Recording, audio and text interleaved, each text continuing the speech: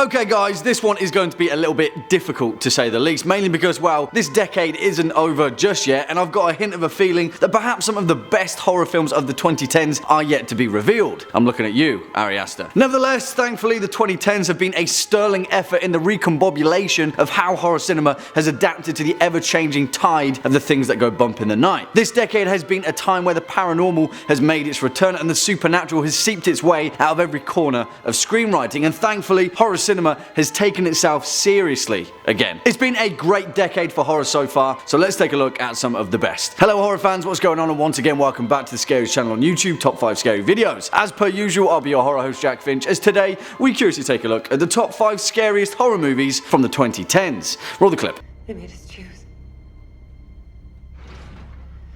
They made us choose how we die. For the curious amongst you, that clip was from, of course, 2012's The Cabin in the Woods, written by the genius that is Joss Whedon and directed by Drew Goddard. And you know what I'm going to say already, don't you? The 2010s have been a fantastic decade for horror so far, perhaps the best decade since the 80s, so it's hard to squeeze absolutely everything into this 5-point list. So consider The Cabin in the Woods at number 6 entry. And honourable mentions go out to I Saw the Devil, The Wailing, Upgrade, Annihilation, You're Next, It Follows, Grave Encounters, The Ritual, It Chapter 1, The Babadook, The Endless, The Void. Yeah, you get the picture, right? Kicking off at number 5, The Conjuring, 2013. Hey, wanna play hide and clap?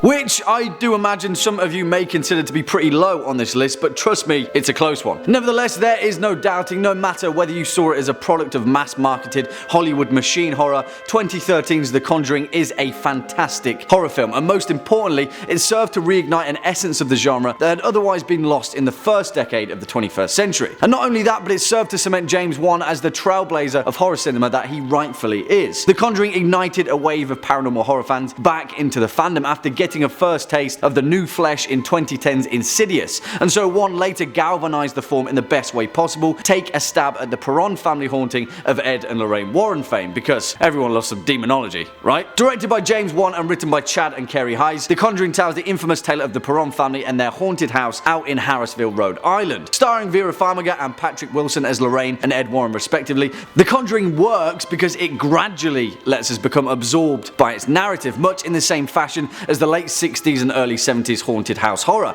and it does that deliberately without us ever getting chased off by the sublime or the ridiculous. The Conjuring is a horror film with a delicate balance. If at any point a scene became too over the top, our immersion would be utterly ruined. But thankfully for us, that never happens, and as an audience, we are given the respect to be able to follow the Warrens' tale to its rightful conclusion. The thing that set The Conjuring apart was that James Wan had the foresight to treat both his subject matter with respect as well as we as an audience. It set the tone for the rest of the decade, and although the wider franchise was average at best, The Conjuring has cemented itself as a very important horror film. Coming in at number 4, Train to Busan, 2016.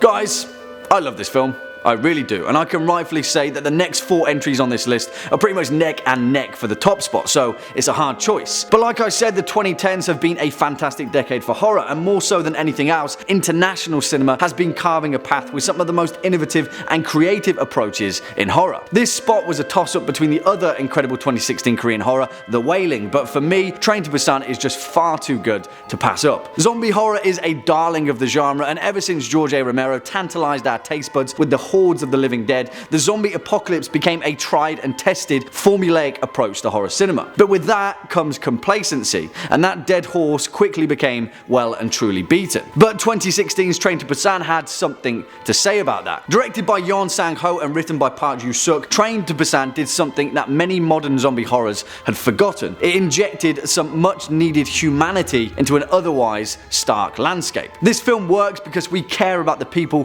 that are caught on its terrifying terrifying train ride in carriages packed with flesh-hungry zombies, men, women and children, and its filmmakers go to incredible lengths to tell their stories while still giving us the blood, guts, gore and entrails that we expect. There's not much more I can say about Train to Busan. There's a reason why it's made many of these lists already, and if you haven't seen it yet, you really should. Next up at number 3, Get Out, 2017.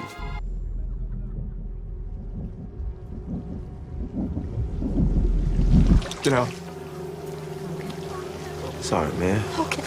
And like I said, these next few spots are neck and neck. Where do I even begin with 2017's Get Out, other than the fact that this was Jordan Peele's directorial debut, who still somehow managed to pull off the mammoth task of writing and directing one of the most important and equally terrifying horror movies of the decade. Get Out is a horror film like no other, and in many ways it is genreless in its approach. In many instances, it's as hilarious as it is horrifying, testament to Jordan Peele's ear for both character and dialogue, and his unrivaled experience as both a comedy writer and an actor. But then that's where the horror slowly begins to emerge in Get Out, as it unwinds itself through a few strange encounters here and a few offhanded comments there. It doesn't come with a killer in a mask or an ancient curse unlocked from an antique box. The horror of this film comes with the sublime, and it's in the ridiculousness of the situation where Jordan Peele shines a torch on the malintent and underlying perversions of race, class and identity. Narratively speaking, Get Out is also near perfection. It tells the tale of Chris, played by the incredible Daniel Kaluuya of Skins, Doctor Who and Black Mirror fame, a black man whose girlfriend Rose invites him to finally meet her parents, a wealthy white family who live in upstate New York. What is otherwise an anxious social situation for any young couple to be in gradually begins to spiral into something else completely. And if you haven't already seen Get Out, I will say no more, because part of its terrifying charm is in the slow trickle of terror that Jordan Peele masterfully demonstrates. Get Out is one of the finest films of the decade, and it marked a point in one of the most exciting new minds in horror. Swinging in at number 2, The Witch, 2015.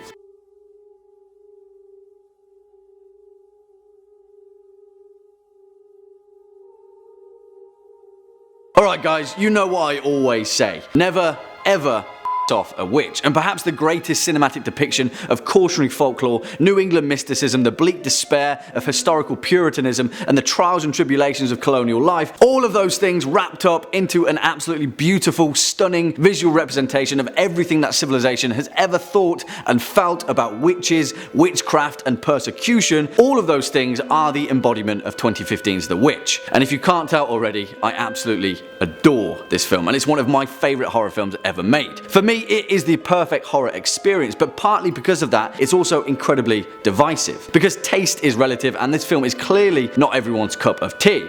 But whatever, this is my list, and The Witch is incredible. Written and directed by the genius that is Robert Eggers, again in his directorial debut, which is becoming a reoccurring theme in the upper entries of this list, but it also goes to say something important about the fresh, innovative new direction that horror cinema has taken this decade. It's exciting, isn't it? The Witch tells a tale of a Puritan family in 1630s New England who are banished from their colonial settlement and forced to venture into the bleak wilderness to carve out a new life for themselves in the unforgiving landscape. And that's it. That's all I'll say, because in that opening sequence, Robert Eggers sets the stage for an incredibly human tale of despair, one that covers the meaning of religion, family, identity, possession, the curiosity of the human mind. I could go on and on, but I'll end on one note. The Witch is as atmospheric as it is timeless, and it marks a turning point in horror cinema. And finally, coming in at our number 1 spot, Hereditary, 2018. Pound for pound, Hereditary is the scariest film of the decade. I'm just going to come out and say it, because it is. And guess what? It was another directorial debut, because hell yeah, humanity, we're knocking out the horror park at the minute. Many people have compared Hereditary as this generation's The Exorcist, and I think in many ways it just may well be, because it's been so long since a film like this has affected so many people in the exact same way. The Conjuring is a scary film for sure, but only half of us would be truly terrified by its scenes. Films like The Void and The Endless are gross, both cerebrally and physically, but Hereditary is all of those things, all at the same time, and it manages to weave such a rich tapestry that it's difficult not to analyse the 7 hells out of it. And then we have to talk about Ari Aster, the writer and director of this magnum opus of horror, and the fact that this guy came out of nowhere to take horror cinema by storm is such an exciting journey to be on. I won't say anything about the plot to Hereditary, because if you haven't seen it, go into it blind and experience the hell out of it, because as those final 20 or so minutes sink in, you will be affected. Put it that way. Also, Toni Collette, who plays Annie Graham, alongside her son Peter, played by Alex Wolff, are just something else entirely. And if a horror film ever deserved an Academy Award for a performance, it's this one. But another important note is that this decade is not over just yet, and Ari Aster has his sophomore film ready to be released this July, Midsummer. And if you're asking me, I think there's a very good chance it will take the top spot if we ever do a part 2. I'm excited. Are you? Well, there we have it, horror fans, our list for the top 5 scariest horror movies from the 2010s so far anyways, because there's much more where that came from. Well, what did you guys think? I know that there'll be many more entries to add to this list, so why don't you let me know your top 5 scariest horror movies from this decade down in the comment section below. Before we depart from today's video, let's first take a quick look at some of your more creative comments from over the past few days. Cherokee's Finest Indian says, Rex seems a lot like the movie Quarantine. And yes, that is because Quarantine is an American remake of the original Spanish language film Rec. Now, no hate, but the original is a far superior film, so watch that one. And finally, Ed Savant ignited an incredibly controversial debate by saying, the decade started in 2001, not 2000. Why can't anybody grasp this? And, well, Ed Savant, you're either an incredible wind-up merchant or you are incredibly misinformed. So if someone was born in 1990, are you telling me that they were born in the 80s? That's just not acceptable. Well, there we have it, horror fans. Unfortunately, that's all we've got time for in today's video. Cheers for sticking around all the way until the end. You know the drill by now. Hit that thumbs up button as well as that subscribe bell. We'll be seeing you in the next one. As per usual, I've been your horror host, Jack Finch. You've been watching top 5 scary videos. And until next time, you take it easy.